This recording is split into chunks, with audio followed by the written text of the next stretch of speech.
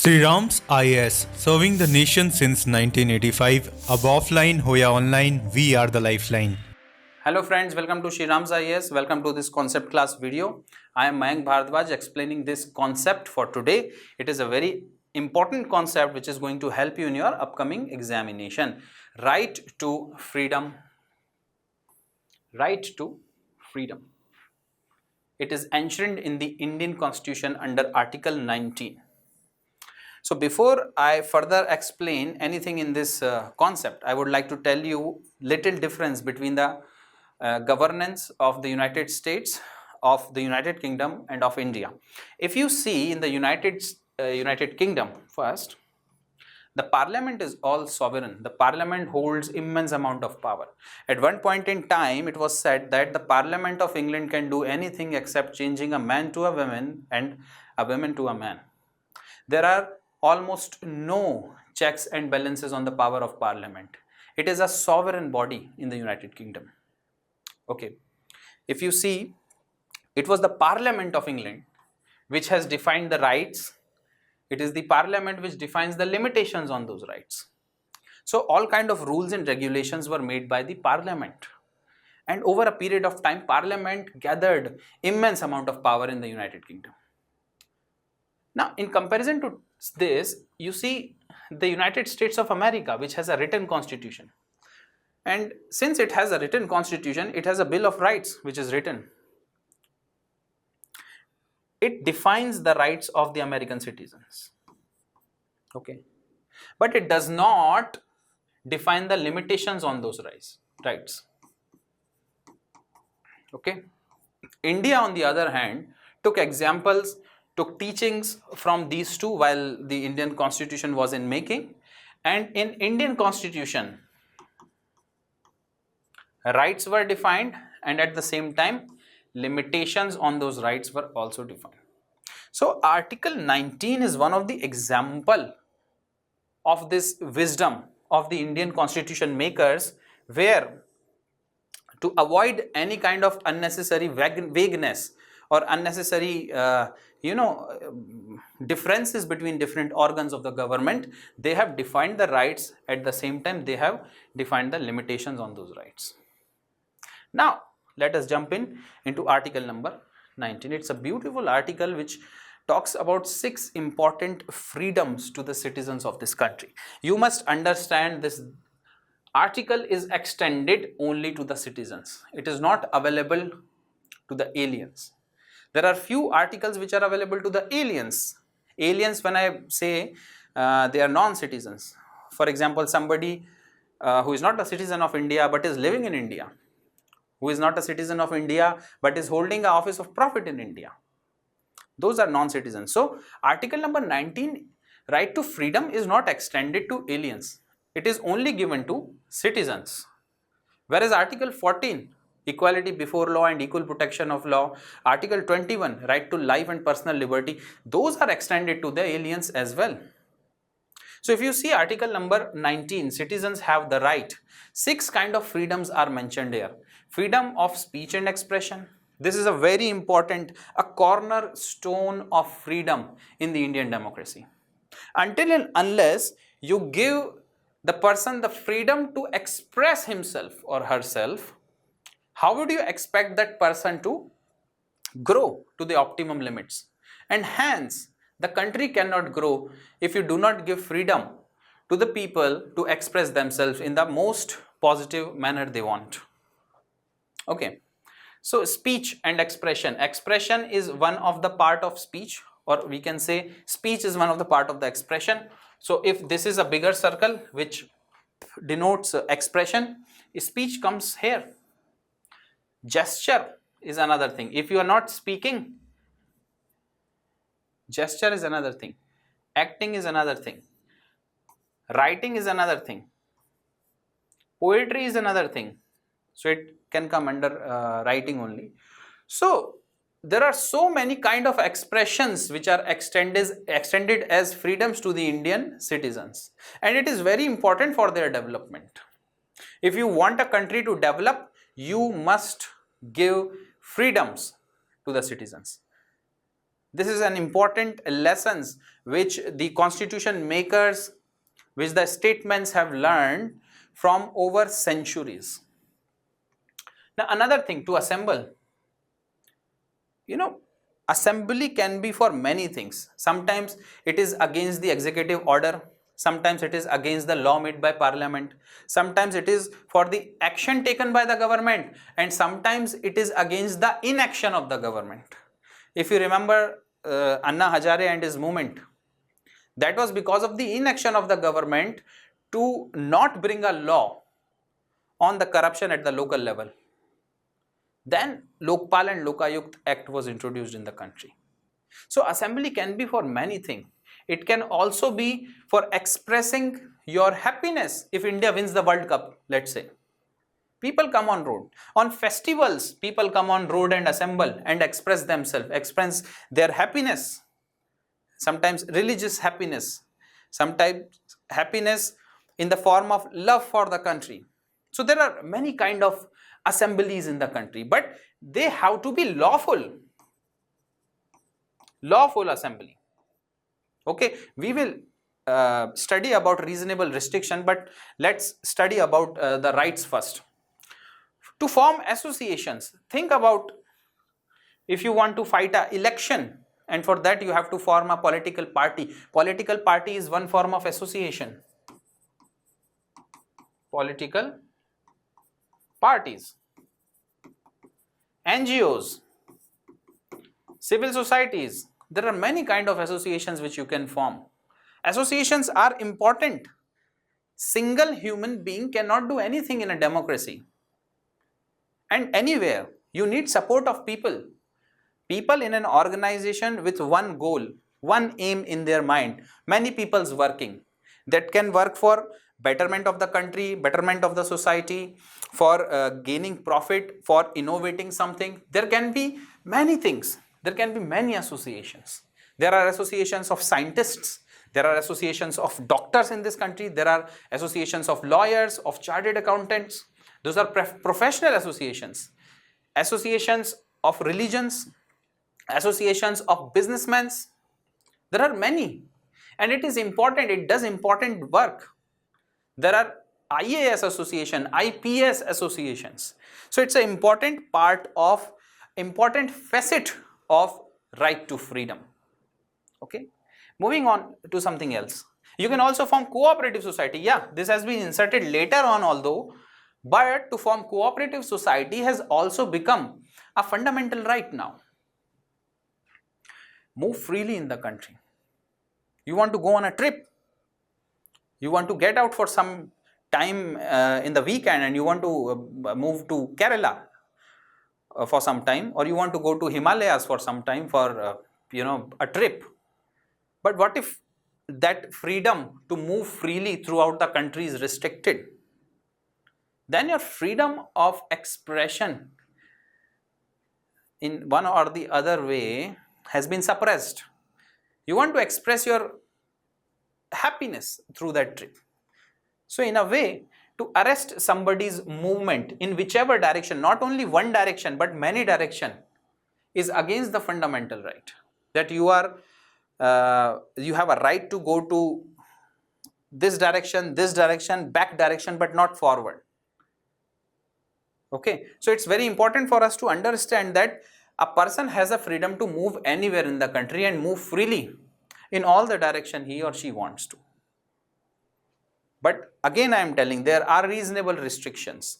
The limitations which we were talking about here, that India has defined the rights, but at the same time it has also defined the limitations on those rights. So you can move freely, but, and that we will study that but, then reside and settle in any part of the country. For example, you are living in a metropolitan city and you get retired. Now you want to go to a mountainous region and you want to live there, or you want to go somewhere in the South India and live on the beaches. So you have the right to do that. It does not matter that you cross your state borders. It's a one country, it's a single country. You can go and live anywhere you want. And nobody can stop your movement. Nobody can stop your right to reside and settle in any part of the country. That is the freedom which has been given to citizens of this country. If you are a domiciled from Uttar Pradesh and you want to live in Uttarakhand, you have the freedom to do that. If you are domiciled from Punjab and you want to live in Kerala, so be it. Go and live there because you like the nature, and nature is beautiful in Kerala. You have the right to practice trade, business, profession or occupation of your choice. The government cannot come and tell you what to do. Somebody should not come and tell you what to do. You have the freedom to choose your occupation. You have the freedom to choose the business you want to do. But again, there is a reasonable restriction. So everywhere in these rights, which are very broader rights, and they are upholded by the Supreme Court, there are reasonable restrictions on these rights. And now we are going to see what kind of reasonable restrictions are there. What are the grounds on which the state can put reasonable restrictions? Okay. So the reasonable restrictions are also mentioned in Article 19 in subclause 2, 3, 4, 5, like that. So see, there's a little classification of these reasonable restrictions given here. They can be classified as nation-centric. Now, which of the reasonable restrictions are nation-centric? Sovereignty and integrity of the country. Come here. You have the right of freedom of speech and expression. But if you express something which is against the sovereignty, unity and integrity of India, you will not be allowed to do that. I hope you understood that. That is the reasonable restriction. Always remember, it's a restriction, but the restriction has to be reasonable. This word is very important. It has to be logical. It has to have some ground, some reason to maintain the unity and integrity of the nation, to avoid any kind of riots in the country, for example. It is of paramount value that the speech and expression of the individual should be limited. Or else for some political gain, a local politician may come up and speak something which may be against the unity and integrity of the country, which may be against the the basic idea of India, or maybe it may amount to some communal tension in the local community. So to avoid all that law and order problems, to avoid all that problems which can result in loss of loyalty towards one's country, reasonable restrictions are very important to impose. Similarly, security, we have mentioned that if you have freedom of expression and you can come up and make any kind of cartoon on somebody's caste or somebody's religion which can create communal disturbance or social disturbance or social rift, that is also not allowed. If you have done that, you can be punished. If you have done that on the internet, you will be punished, and at the same time, your article would be blocked.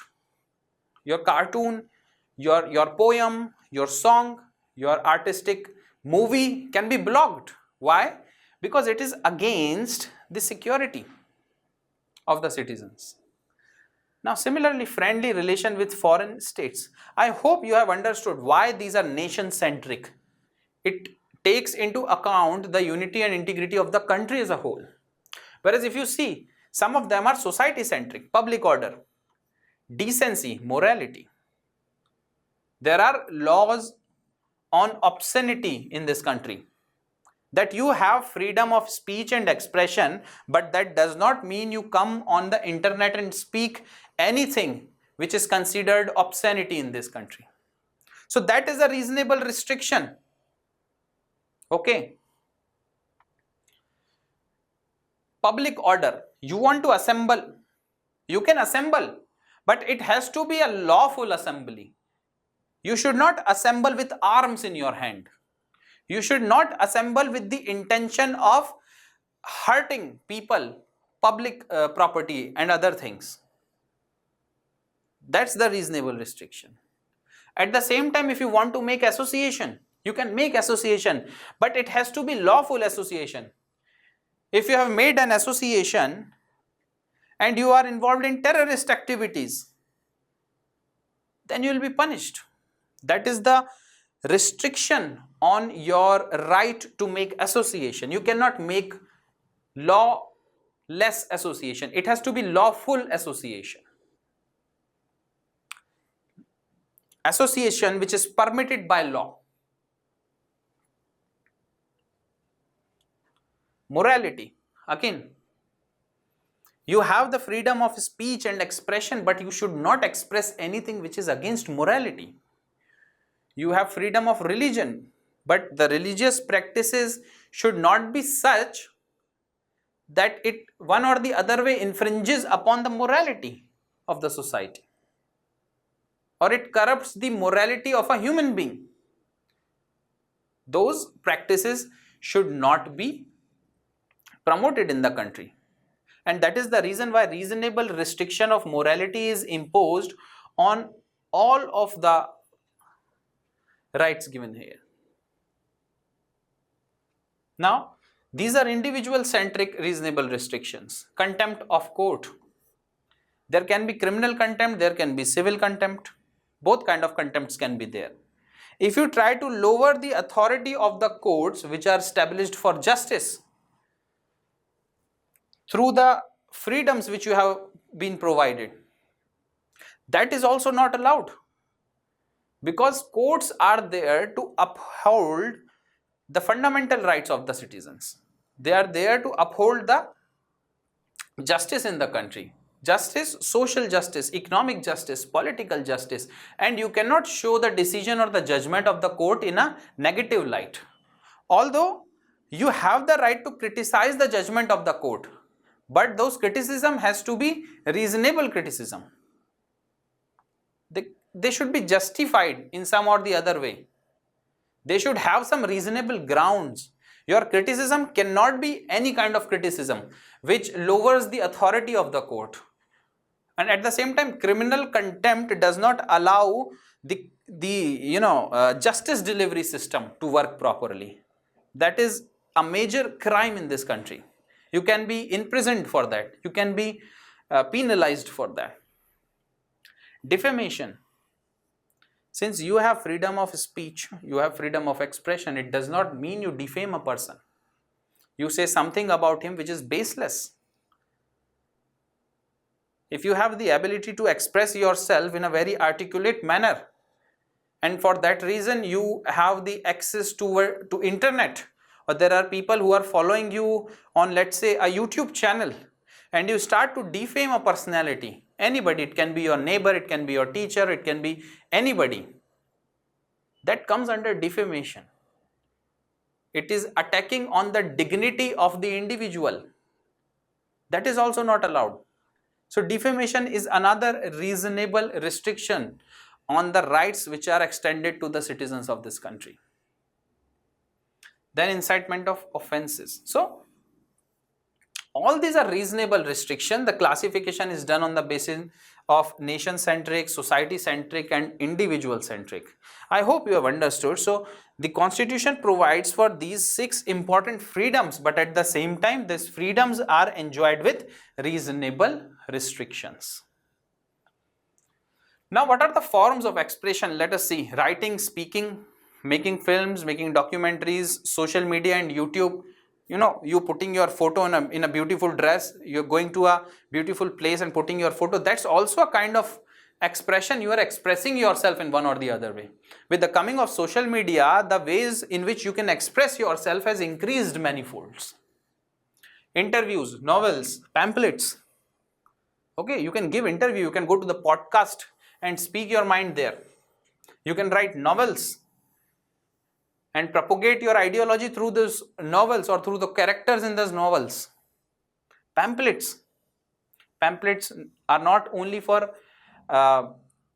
advertisement, but pamphlets can be used as a medium to express, a medium to advertise an idea.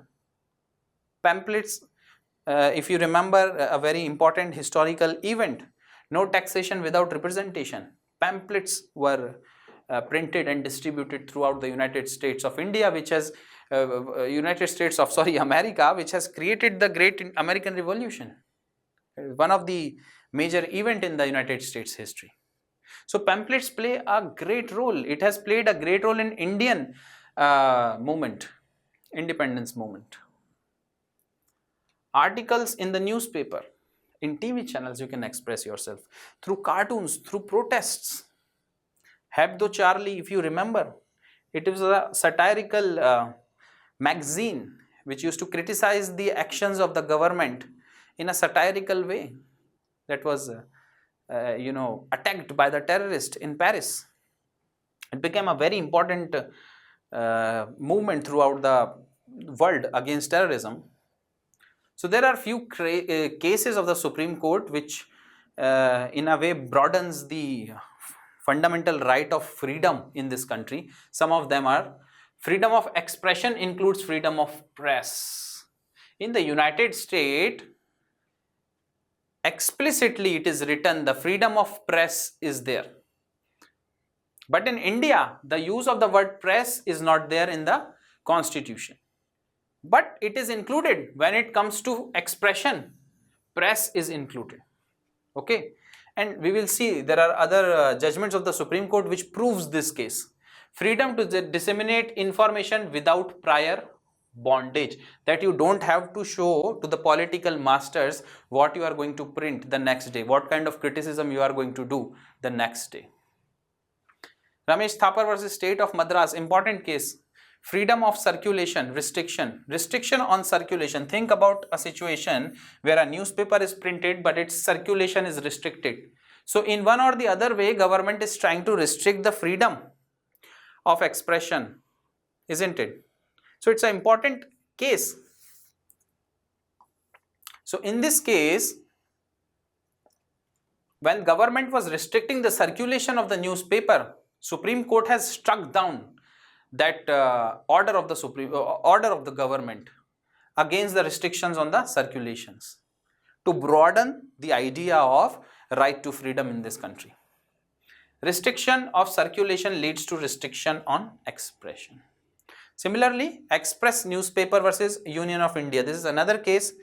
Working Journalist Act 1955, this has came. It imposes restrictions for better service conditions for people working in the newspaper industry. This is also an important case. So these are all important cases related to the freedom of expression in this country. Sakal paper versus Union of India. Existing number of pages and size at a particular, fixing the number of pages and size at a particular price. Now think about it. If the government comes and says that your newspaper cannot be more than of 10 pages, but there are news which can be printed in more than 20 pages.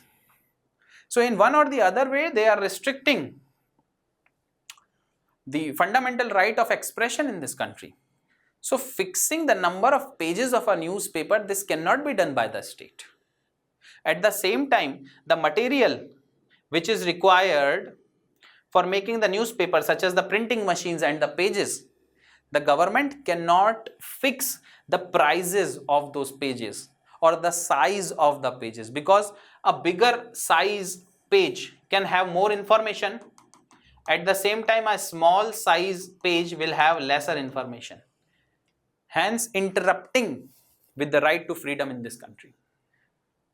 So this right to freedom is a very important element of human dignity. It's a very important element which is used in the optimum or maximum utilization for the development of the human being. And if somebody, especially the state, restricts these rights, the country comes to a halt. The country cannot grow. The human development stops. So for a country to grow economically, socially, politically, in every facet, it is of paramount importance to uphold freedom of expression, freedom of association, freedom of movement, of residing, of resettling or settling, or the freedom to own a business, to run a business of one's own choice. Those are very important topics. I hope you understand this, and I hope you will be able to answer those topics in the upcoming examination. Thank you very much for joining me in this lecture. In the next lecture of concept classes, we will come up with another important topic. Till then, Jai Hind.